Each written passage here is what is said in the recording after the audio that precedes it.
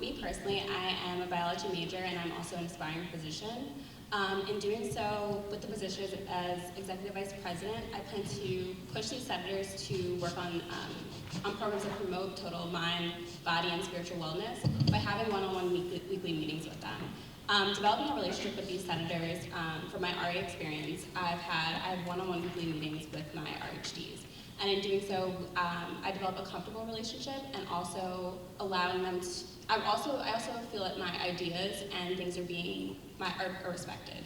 So overall, I feel like meeting with these senators, I'll be able to really get a grasp of like both sides of the table. So I'll be able to speak with them one-on-one and follow up on how their projects are going.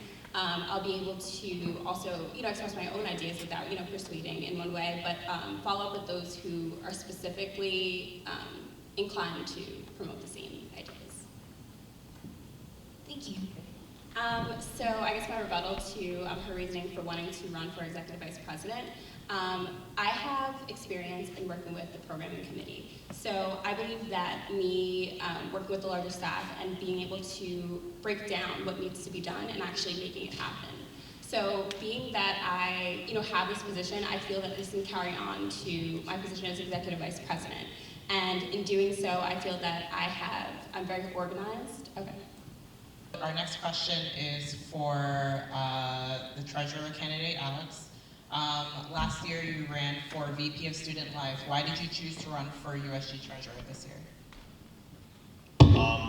As pretty much everyone in this room knows, one of the main factors and one of the main reasons I ran for Vice President of Student Life last year was to institute change on our campus and make this place a more fun, diverse, and create opportunities for students to get outside of their residence halls and make Stony Brook better. When making my decision to run for treasurer, I looked at it from a scope of where can I make the most change for the most amount of students.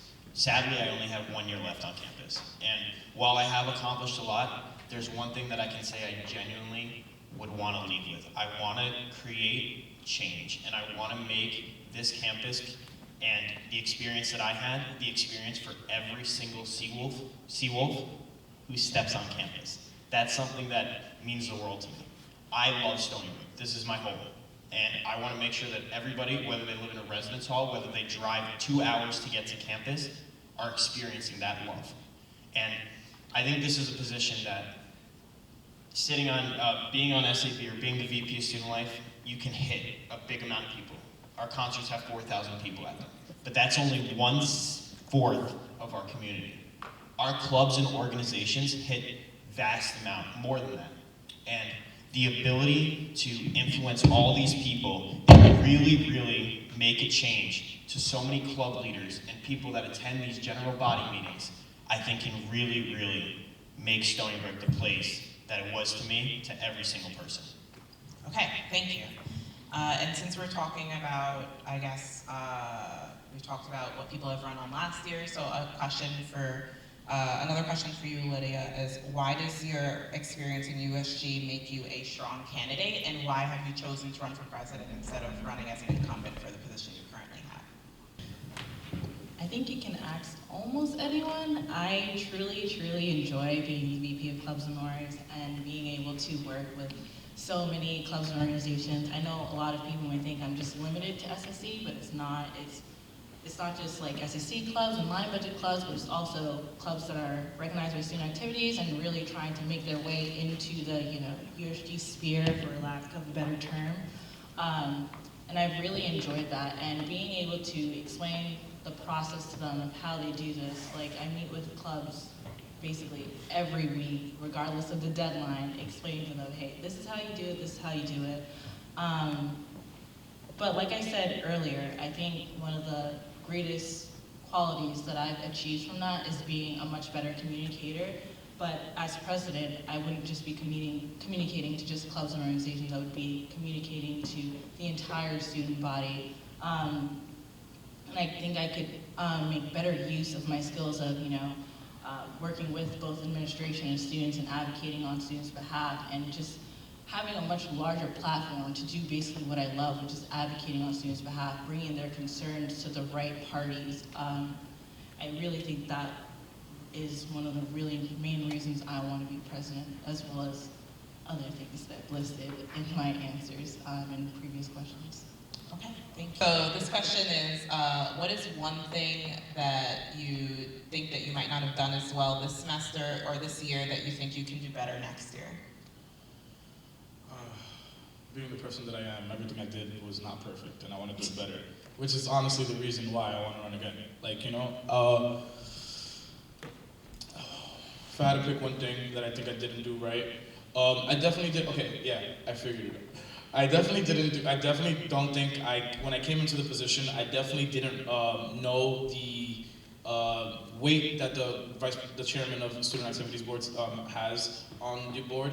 And with that being said, I feel like certain decisions that were made, if I were to have known beforehand that like there was a way to, you know, I guess, not acknowledge these certain actions and decisions, I would have done so, and I feel like it could have been made for a better event, whichever event that could be. So I just, you know, if I'm getting into specifics. Okay, thank you very much. So our next question is also for you, Jalio. It's specifically about HVZ, and the question is, say that one more time? HVZ, Humans versus Zombies. Oh. Yeah. So the question is, what feedback, if any, have you heard from the student body about the decision to cut HVZ? So at first, coming into SAB, I want to mention this now on the record, on camera, definitely didn't go into the Student Activities Board meeting expecting to cut the entire funding of HVZ, which happened to be around $7,500, which, by the way, covered bandanas and shirts for the mediators. And when I got into, you know, the office, I'm trying to make cuts because I'm trying to build Wolfieland. Wolfieland, you know, was around $110,000. I needed to make room for that money, whether it was shirts, whether it was Human versus Zombies. So I found another way for Human versus Zombies to get funding before cutting them completely. So when they were cut, they were also told that there were other avenues for them to get funding, which was through the Treasurer's Office and through the VP clubs and orgs. And before the first revision of the semester came, they already had funding. So, you know, I didn't just leave them out to dry. Well, I'm just going to ask a question. Yeah, again. What was their response to your decision? Oh, it was a pretty passionate response. That's what I remember. I think that's a great adjective to use. It was very passionate, and I could completely understand because they don't want, whether it's 100 students there, whether it's 50, maybe it's 400 participating in the event, they don't want to see what's been here for a long time die if people are still smiling and enjoying it, and neither did I. Hence the reason why I pushed them towards the Treasurer's Office to continue getting funding, but not from SAB, because I feel like SAB is for a much greater platform with, you know, events holding over 500 students at a time. Okay, thank you very much. No rebuttal? I do have a rebuttal. Okay. But what I wanted to ask about was, actually, even before I was a Stonework student, I was here on like different competitions and stuff like that. So actually, one of the first things that I saw on campus was Humans versus Zombies, and I was like, oh my god, I'm totally gonna play that when I get here. That looks so cool, because I literally saw one kid like jump to the ground to avoid like getting killed, but whatever. In an aspect of that, so if it was so important to student life and stuff like that, what made you think that was, not in the sense that it was like accusatory, and I don't intend it in that tone at all, but in that sense, why did you choose to cut from there instead of anywhere else? Oh, great question. Again, so I definitely want to mention, I'm not, believe it or not, I don't even have a voting right unless it's a tie, and this was a unanimous decision. But I stand by SAB's decision making this decision. Sorry. And the reason being is when you become a leader, and when you become a leader of, you know, $700,000, you definitely realize that you need to prioritize things, especially when I'm trying to bring Wolfieland to the table, right? So there is most important to me as, you know, the current Vice President of Student Life, and then what's the least important, but does not mean that it's not important. So again, shirts and Human versus Zombies were definitely the first to get cut when needed to in order to make Wolfieland happen, and I will stand by that decision and do it again. Okay, thank you. She has another rebuttal. Well, we have a specific question for you, so it's one rebuttal per. Okay. Oh, I thought it was two. Yes. So our specific question for you Yes. is, refers back to our earlier question about current USG initiatives, but Jaleel just had the opportunity to speak on his experience as VP of Student Life. So what do you think makes you a more qualified candidate? And what experience do you currently have that will help you in your, if you win the position of VP of Student Life? Okay. Thank you. So I think, like I know Jaleel stated he's been in the past, but I think, like he said, the purpose of running again, part of it, what he said was to perfect his mistakes in the first place, and I don't think you get a second chance when you're trying to run again. So for me, I want to do it perfect if I have that one chance in the first place. And just in terms of other people have talked about creating effective change on campus, I think that's an aspect of doing it through USG, and I think I'm more qualified in the sense where I come from a really diverse background in terms of just my own identity as well as in my own involvement on campus. So I think in terms of seeing from that and seeing different polling and hearing things from students about like criticism about student life and like the student activities board in general, I think I'm more qualified in terms of having that student voice and hearing that student voice around campus, around campus to hear and to be able to advocate for those students that need their voices heard. Okay, thank you. I have a response for that. Yes. I just want to mention, because she mentioned, diverse, background for, her personal identity. I just want to mention, I am a Dominican individual. I also happen to be part of the Educational Opportunity Program that's here for diversity. And I also happen to be a first-generation student coming from New York City, one of the most diverse cities in the world. So I definitely want to mention that my diversity definitely adds to my qualifications, and, they have an improvement. Okay, thank you. Can I have my Yes, you have a 30-second rebuttal. And in terms of, like I spoke again, and I don't want to bring like my ethnicity into it because I am Pakistani American, just saying. But in terms of creating more diverse background, like Muslims, and I am Muslim as well, I'm usually the only Muslim in the room when it's conversations about anything, right? So in terms of just my own experience, bringing that to the table, in terms of bringing Greek life to the table and bringing more commuters to the table and stuff like that, I think that's really crucial to hear this. So. Thank you. Okay, so this question is for Justine, VP of Communication candidate. You want to create an easy-to-find timeline on the USG website with updates on progress and initiatives in development with tentative deadlines. Taken from your platform. That is your one communication initiative on your platform. How else do you plan on improving USG communication externally and internally? So my understanding of what the position does in terms of communication is not only telling students what we're doing, but also finding out from students what they want. So another initiative I have on my platform that involves that sort of communication. So not instead of just from us to them, from them to us, is the increasing the reach of polling. And I plan to do that by being smarter about the way that we use online polling, such as contacting commuters during peak hours when they're often waiting at the bus stop, not doing anything else but on their phones. And also by getting surveys into the form that you have to fill out to reserve tickets for major events. So those are a couple of other ways that I want to communicate. Thank you. Okay, so the first question is for Sunny. In your platform statement, you mentioned that you plan on bringing smoking zones back to campus. How are you going to do that, and why should the university reverse their tobacco-free campus initiative? Alright, so right now it's a smoke-free campus, but as you see, nobody follow it. Like if you walk outside the library on the path of the stairless steps, like whenever you go there, there's always somebody's smoking there. So I mean, maybe we should try to fix it instead of just keep pushing it. So I think if we make smoke zones in some places, people can smoke, because I think smoking is their right too. So if they have a zone to smoke, it's rights to people. Okay, thank you. So our next question is for you directly then. In your platform statement, you said that you wanted to create efficient programs to combat the stigma of mental health. What programs, in addition to the ones the university already has, do you plan on creating?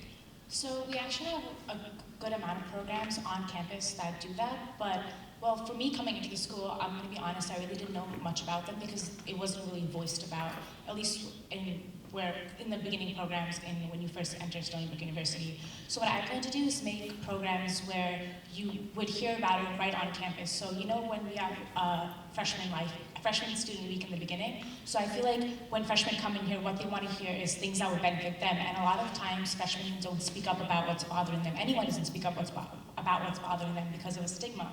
So some programs I would like to implement would be maybe creating a specific week devoted to mental health awareness, because there is a mental health awareness week that's recognized, but we really don't take advantage of that. So what we should do is implement programs throughout the week, like Monday, Tuesday, Wednesday, and specific programs targeted on each day that maybe focus on specific illnesses or ways to improve that using the services that we already have on campus, like CAPS. We could like integrate them into our programs and go from there. So we're gonna go back to a general question for everyone. Just to close out with what you'd like to say before we go to audience questions. What is the single most important initiative on your platform, and how do you plan on fulfilling those promises? So everyone can answer, but we just ask that you keep it to 90 seconds.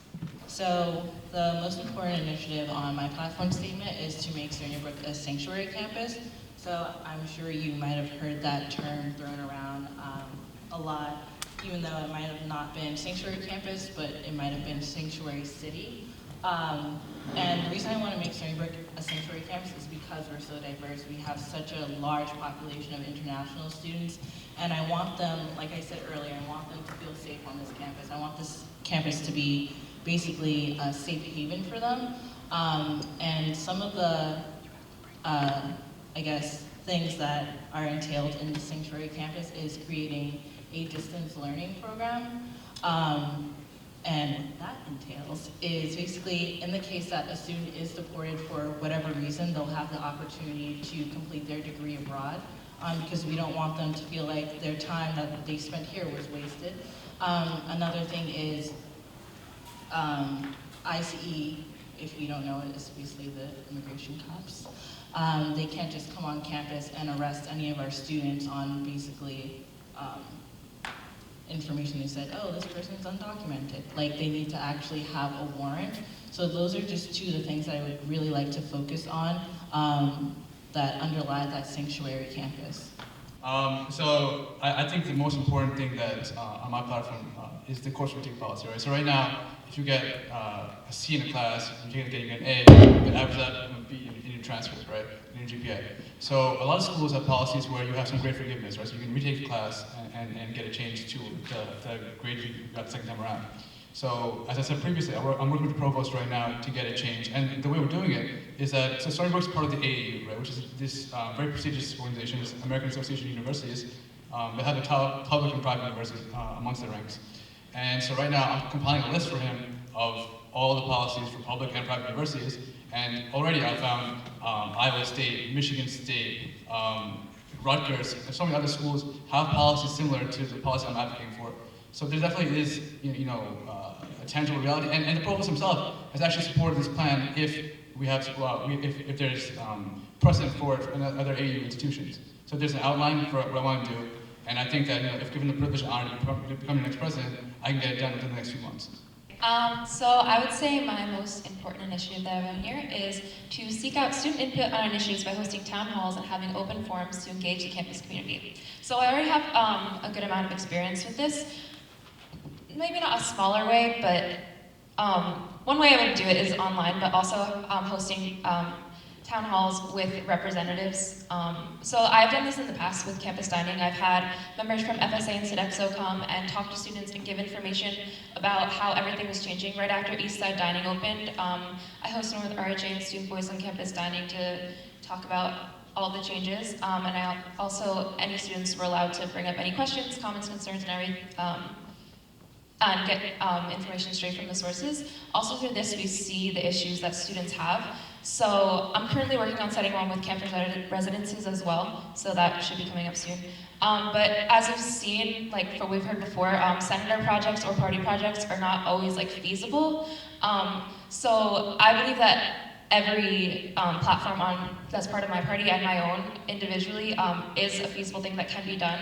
But maybe there's parts of it that aren't going to be able to be completed completely. So through town halls, we can see what the students actually want and integrate that into what our senator projects are going to be. And that's it. Bria? Out of my initiatives, what resonates the closest to me would be the importance of USG hosting events that promote inclusivity. I know my party, we're very big on being diverse, if you look at all of us. But in reality, I think that the events that are hosted on campus, there are many times where I find that students, the majority don't go because they feel that it doesn't appeal to the majority of them. So whether that be, for example, an artist chosen or something, it would be more important to have maybe 2 genres or things that would appeal to multiple audiences, or maybe even 3.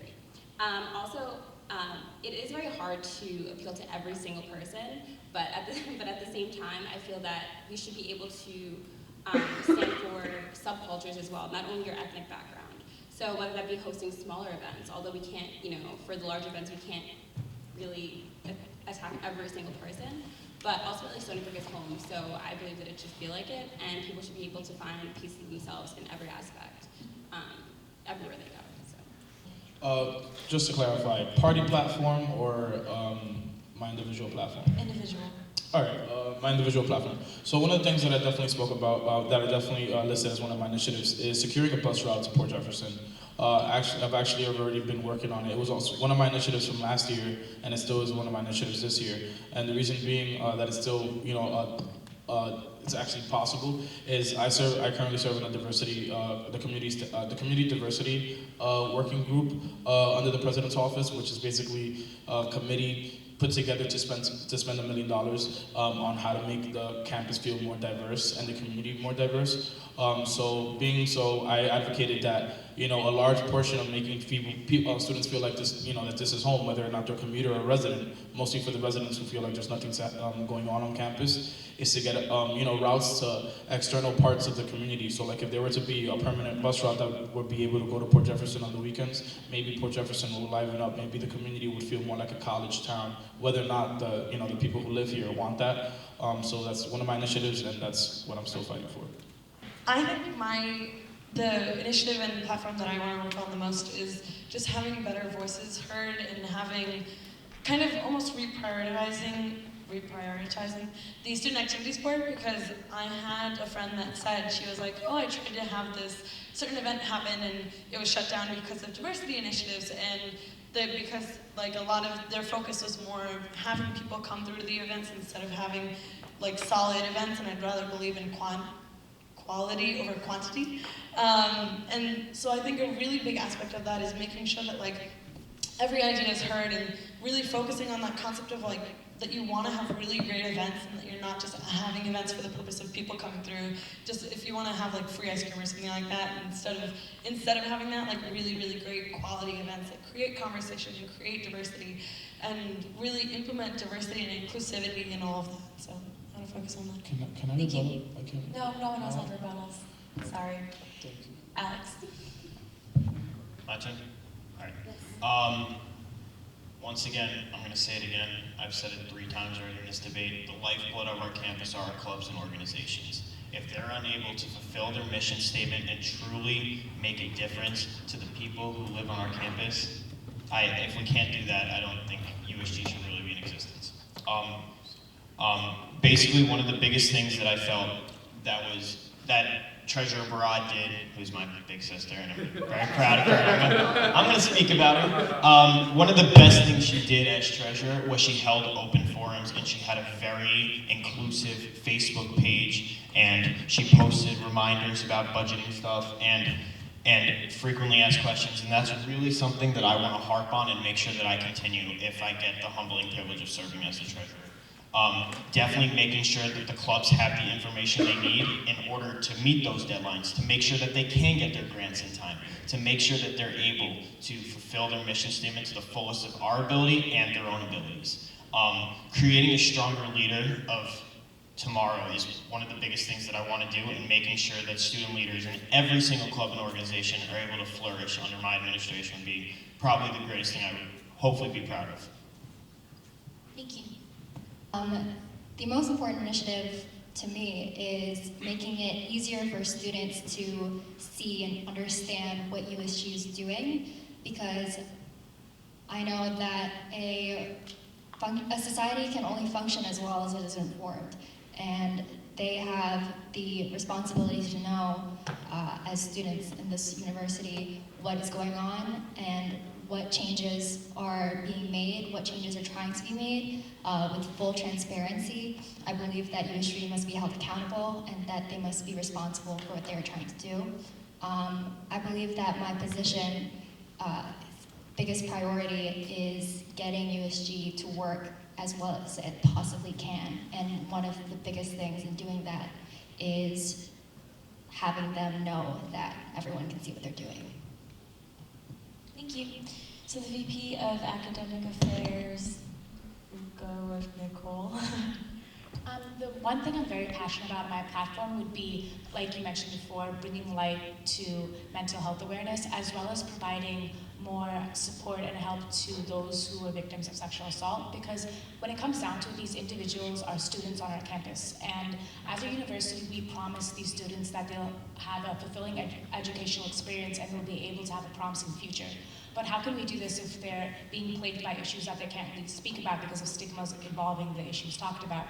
So if elected, I would love to bring this to light and create programs that would do this, because we're promising these students something that should be attainable for them as sea wolves. It's on us. And finally, Sunny. One of my initiatives, especially for academic affairs, I'll try to work with departments to start academic contests like art, painting, or music. You can make some songs and allow people to have opportunity to stand out. I have a question towards sanctuary, making Stony Brook a sanctuary campus. Like, I heard that you can't really make Stony Brook a sanctuary campus if SUNY hasn't approved of it. Like, SUNY has to approve of becoming a school of sanctuary. So I just wanted to see if you could explain it further. I'm well aware of that. When I was doing research, I realized that there was a petition going on to make Stony Brook a sanctuary campus, but once it actually reached administration basically said the same thing that you did. So as you know, we basically always go to SUNY Assembly every semester, and I think that would be the perfect platform to actually introduce the sanctuary campus and say, hey, look, Stony Brook is a diverse campus, and I really think that a sanctuary campus would be appropriate for us, but I also think it could be appropriate for all of the other SUNY campuses. So yeah, that's basically my response to that. Yeah, so when Is this a statement or a rebuttal?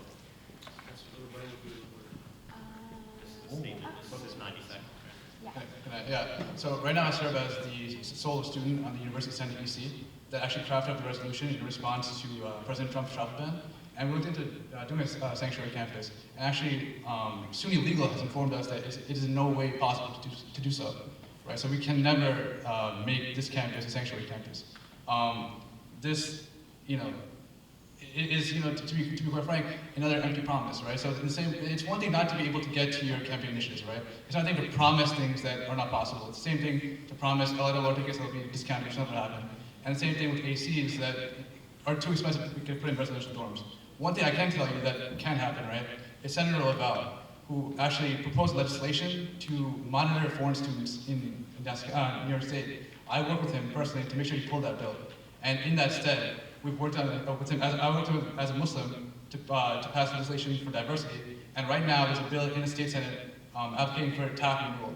And I know TAP is something that really influenced a lot of students here. And so I'm working with the senator and with Assemblyman Engelbright to make that more of a reality. I just want to mention that, students students with responses like that are the reason, I think is the reason why my party is running, is a huge reason as to why I'm running. We don't take no for an answer. Unfortunately, I've come across many times where people have told me that no, you can't do this, no, it's not allowed, the rules said no. We change the rules, we make it possible, we fight for it, That is here to fight for it. So, yeah. Also, I think one of the most important things to know going into a position is that everything is not going to happen exactly how you plan for it to. So flexibility is the most important thing that you have to have with you. Be open-minded, be collaborative, be able to improvise and make things work. Although it won't be exactly what it was at first, it will get done.